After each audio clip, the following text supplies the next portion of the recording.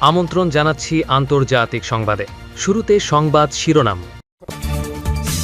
উত্তেজনা বাড়িয়ে উপসাগরে ইরানের মহড়া, মার্কিন যুদ্ধজাহাজকে সতর্কবার্তা।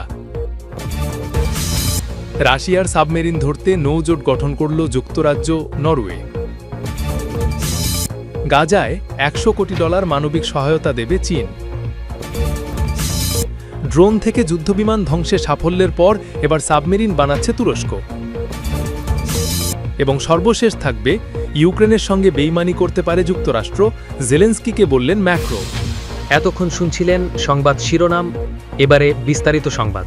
তবে তার আগে অনুরোধ থাকবে, ভিডিওটিতে একটি লাইক দিয়ে কমেন্ট করে জানিয়ে দিন কোন জেলা বা দেশ থেকে ভিডিওটি দেখছেন ও শুনছেন। উত্তেজনা বাড়িয়ে উপসাগরে ইরানের মহড়া, মার্কিন যুদ্ধজাহাজকে সতর্কবার্তা। গালফ উপসাগরীয় অঞ্চলে নতুন করে নৌ মহড়া শুরু করেছে ইরানের Islamic Revolutionary Guard Corps, IRGC। বৃহস্পতিবার আনুষ্ঠানিক এই মহড়ার মাধ্যমে মার্কিন যুদ্ধজাহাজগুলোকে সরাসরি সতর্কবার্তা পাঠানো হয়েছে, খবর আল আরাবিয়ার। বলা হয়েছে, ইরানের নৌবাহিনী এই অঞ্চলে উপস্থিত আমেরিকান জাহাজগুলোর কাছে তাদের দৃঢ় বার্তা পৌঁছে দিয়ে সতর্ক করেছে। তবে বার্তাগুলো নিয়ে স্পষ্ট কিছু জানানো হয়নি, যদিও এ নিয়ে কোনো মন্তব্য করেননি উপসাগরে অবস্থানরত মার্কিন বাহিনী। ইরানের রাষ্ট্রীয় টিভি জানিয়েছে, জুনের 12 দিনের যুদ্ধের 5 মাসেরও বেশি সময় পর যে কোনো হুমকি মোকাবেলার সক্ষমতা প্রদর্শনী এ মহড়ার লক্ষ্য। ওই হামলায় IRGCর জ্যেষ্ঠ কমান্ডারসহ 1000-এরও বেশি মানুষ নিহত হয়েছিল। ইরান পরে ড্রোন ও ক্ষেপণাস্ত্র হামলায় প্রতিশোধ নেয়, এতে ইসরায়েলের কয়েক ডজন মানুষ মারা যায়। IRGC জানিয়েছে, কৃত্রিম বুদ্ধিমত্তা AI নির্ভর বিমান প্রতিরক্ষা ব্যবস্থা পরীক্ষায় অংশ নিয়েছে। এগুলো আকাশ ও সমুদ্রের লক্ষ্যবস্তু শনাক্ত করতে সক্ষম। হরমুজ প্রণালীর শিরোপথটা ইরানের রেড লাইন বলে মন্তব্য করেছেন IRGCর deputy commander in chief Ali Fadavi. তিনি যুক্তরাষ্ট্র ও ইসরায়েলকে বিশ্বের অস্থিতিশীলতার কারণ হিসেবে অভিযুক্ত করেন।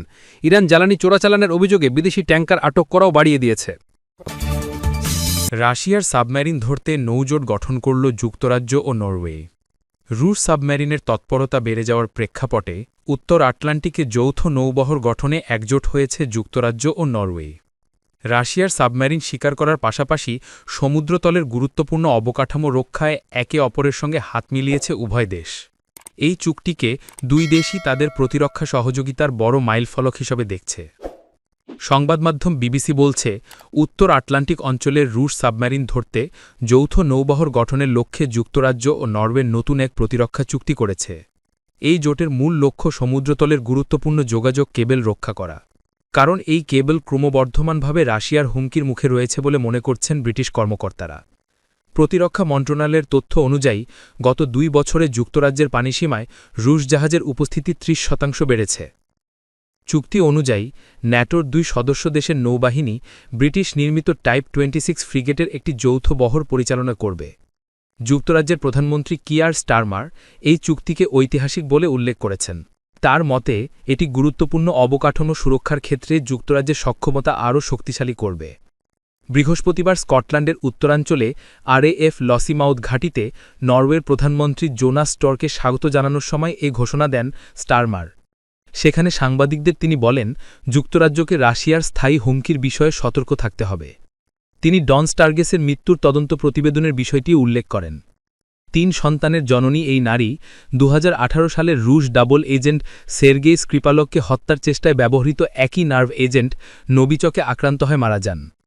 তদন্তে বলা হয়েছে, তার মৃত্যুর জন্য রুশ প্রেসিডেন্ট ভ্লাদিমির পুতিন নৈতিকভাবে দায়ী। এদিকে 2 প্রধানমন্ত্রী নৌপাহারার দায়িত্বে থাকা সদস্যদের কাছ থেকে রুশ জাহাজ পর্যবেক্ষণের তথ্যও নেবেন। এর মধ্যে গোয়েন্দা জাহাজ ইয়ান্তারও রয়েছে। সম্প্রতি RAF-এর পাইলটদের কাজে বিঘ্ন ঘটাতে লেজার ব্যবহারের অভিযোগে অভিযুক্ত হয়েছে এই জাহাজটি। তবে রাশিয়া ইয়ান্তারকে প্রতিরক্ষা মন্ত্রণালয়ের অধীনে পরিচালিত সমুদ্র গবেষণা জাহাজ বলে দাবি করে থাকে। অবশ্য পশ্চিমা দেশগুলোর মতে, ইউরোপীয় পানিসীমায় ঘোরাঘুরির আড়ালে এই জাহাজের মূল লক্ষ্য আসলে সমুদ্রতলের কেবল নেটওয়ার্কের মানচিত্র তৈরি করা। BBC বলছে, যুক্তরাজ্যের তথ্য ও যোগাযোগ ব্যবস্থা সমুদ্রতলের কেবল নেটওয়ার্কের ওপরই নির্ভরশীল। পাশাপাশি উত্তর সাগরের তলদেশ দিয়ে নরওয়ে সহ প্রতিবেশী দেশগুলোর সঙ্গে যুক্ত রয়েছে গুরুত্বপূর্ণ তেল গ্যাস পাইপলাইন। দ্বিতীয় বিশ্বযুদ্ধের সময় নরওয়ের প্রতিরোধ যোদ্ধাদের আশ্রয়কেন্দ্র হিসেবে ব্যবহৃত শেটল্যান্ড দ্বীপপুঞ্জের নাম অনুসারে চুক্তিটির নাম রাখা হয়েছে লুনাহাউস অ্যাগ্রিমেন্ট। চুক্তি সইয়ের সময় নরওয়ের প্রতিরক্ষামন্ত্রী টোরে ও স্যানভিক বলেন, দুই দেশ এখন থেকে একসঙ্গে নিজেদের রক্ষা করবে। যুক্তরাজ্যের প্রতিরক্ষামন্ত্রী জন হিলির সঙ্গেই তিনি চুক্তি স্বাক্ষর করেন। চুক্তি অনুযায়ী এই অঞ্চলে দুই দেশের অন্তত ১৩টি সাবমেরিন বিধ্বংসী জাহাজ যৌথভাবে পরিচালিত হবে। গ্রিনল্যান্ড, আইসল্যান্ড ও যুক্তরাজ্যের মাঝের সমুদ্রপথের রুশ নৌচলাচল নজরে রাখাই হবে এই বহরের কাজ। পাশাপাশি এসব জাহাজ ব্রিটেনের যোগাযোগ, বিদ্যুৎ ও গ্যাস সরবরাহ ব্যবস্থার জন্য অত্যন্ত গুরুত্বপূর্ণ সমুদ্রতলের কেবল ও পাইপলাইনেও নিরাপত্তা দেবে। গাজায় $10 কোটি মানবিক সহায়তা দেবে চীন।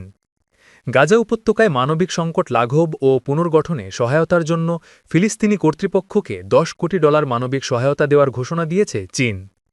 বৃহস্পতিবার ৪ ডিসেম্বর গণমাধ্যমকে এ তথ্য জানিয়েছে ফিলিস্তিন অথরিটি পিএ, খবর রয়টার্স। মানবিক সহায়তার জন্য চীনা প্রেসিডেন্ট শি জিনপিংকে ধন্যবাদ জ্ঞাপন করে চিঠি পাঠিয়েছেন ফিলিস্তিনের প্রেসিডেন্ট মাহমুদ আব্বাস। ওয়াফা সংবাদ সংস্থার তথ্য অনুযায়ী চিঠিতে ফিলিস্তিনের ন্যায্য অধিকার সমর্থন এবং পশ্চিম তীর ও গাজায় ইসরায়েলি দখলদারিত্ব কমাতে চীনের গুরুত্বপূর্ণ ভূমিকার কথা তুলে ধরেন তিনি। বেইজিংয়ে ফ্রান্সের প্রেসিডেন্ট ইমানুয়েল ম্যাক্রন সঙ্গে যৌথ সংবাদ সম্মেলনে অনুদানের ঘোষণা দেন শি। সিনহুয়া সংবাদ সংস্থা জানায়, ফিলিস্তিনি ইস্যুর একটি সর্বসম্মত, ন্যায়সঙ্গত ও টেকসই সমাধান নিশ্চিতে ফ্রান্সের সঙ্গে ঘনিষ্ঠভাবে কাজ করার ঘোষণা দিয়েছেন চীনা প্রেসিডেন্ট শি। বৈশ্বিক পরিস্থিতির পরিবর্তনের মধ্যেও দুই দেশের কৌশলগত দৃষ্টিভঙ্গি, পারস্পরিক সহায়তা ও দ্বিপাক্ষিক সম্পর্কের রাজনৈতিক ভিত্তি অটুট রাখার ওপর গুরুত্বারোপ করেন তিনি। গত সেপ্টেম্বর নিউ ইয়র্কে সৌদি পররাষ্ট্রমন্ত্রী প্রিন্স ফয়সাল বিন ফারহানের সঙ্গে একটি উচ্চ পর্যায়ের সম্মেলনে সহসভাপতিত্ব করেন ফরাসি প্রেসিডেন্ট ইমানুয়েল ম্যাক্রো। দ্বিরাষ্ট্র সমাধান এবং একটি ফিলিস্তিনি রাষ্ট্রের স্বীকৃতির পক্ষে আন্তর্জাতিক সমর্থন জোরদার করার লক্ষ্যে সে সম্মেলন অনুষ্ঠিত হয়। প্রসঙ্গত, ২০২৩ সালের ৭ অক্টোবর দক্ষিণ ইসরায়েলে হামাসের হামলার পর গাজায় পাল্টা হামলা চালায় ইসরায়েল। রক্তক্ষয়ী সে হামলা এক পর্যায়ে গণহত্যায় রূপ নেয়। এই গণহত্যায় ইসরায়েলের সামরিক বাহিনী এখন পর্যন্ত প্রায় ৭০,০০০ ফিলিস্তিনিকে হত্যা করেছে, যাদের অধিকাংশই নারী ও শিশু। ড্রোন থেকে যুদ্ধবিমান ধ্বংসে সাফল্যের পর এবার সাবমেরিন বানাচ্ছে তুরস্ক। মাঝ আকাশে ড্রোন থেকে মিসাইল ছুড়ে অত্যাধুনিক যুদ্ধবিমান ধ্বংসে সাফল্যের পর এবার সাবমেরিন বানাচ্ছে তুরস্ক। দেশটি প্রথমবারের মতো সাবমেরিন মিল্ডেন এর নির্মাণ কাজ শুরু করেছে। বৃহস্পতিবার তুরস্কের প্রতিরক্ষা মন্ত্রণালয় এ তথ্য জানায়। পাশাপাশি ন্যাটো জোটের সদস্য রোমানিয়ার কাছে প্রথম যুদ্ধজাহাজ রপ্তানির চুক্তিও সম্পন্ন করেছে আঙ্কারা। ন্যাটো সদস্য তুরস্ক সাম্প্রতিক বছরগুলোতে দেশীয় প্রতিরক্ষা সরঞ্জাম উৎপাদন বাড়িয়েছে এবং বিদেশি সরবরাহের ওপর নির্ভরতা কমিয়েছে। গত সপ্তাহে তুরস্ক জানায়, আকাশ প্রতিরক্ষা ধ্বংসকারী জাহাজ TF-2000 নির্মাণের কাজ শুরু হয়েছে।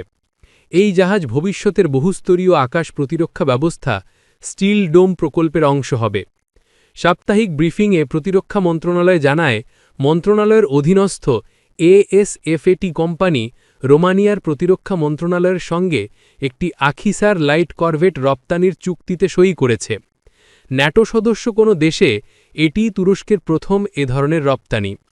এর আগে তুরস্ক মানববিহীন যান বা ড্রোন বাইরাক্তার কিজিলেলমা সফলভাবে আকাশ থেকে আকাশে নিক্ষেপযোগ্য ক্ষেপণাস্ত্র ব্যবহার করে একটি জেট ইঞ্জিন চালিত চলন্ত লক্ষ্যবস্তুকে আঘাত করেছে।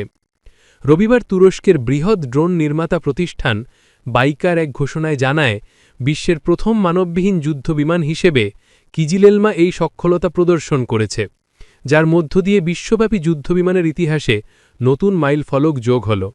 বাইকার সামাজিক যোগাযোগ মাধ্যম এন সোশ্যাল এক পোস্টে জানায়, বিশ্বের প্রথমবারের মতো কোনো মানববিহীন যুদ্ধবিমান বিভিআর দূরত্বে এয়ার টু এয়ার ক্ষেপণাস্ত্র ছুড়ে চলন্ত লক্ষ্যবস্তুতে আঘাত হানল।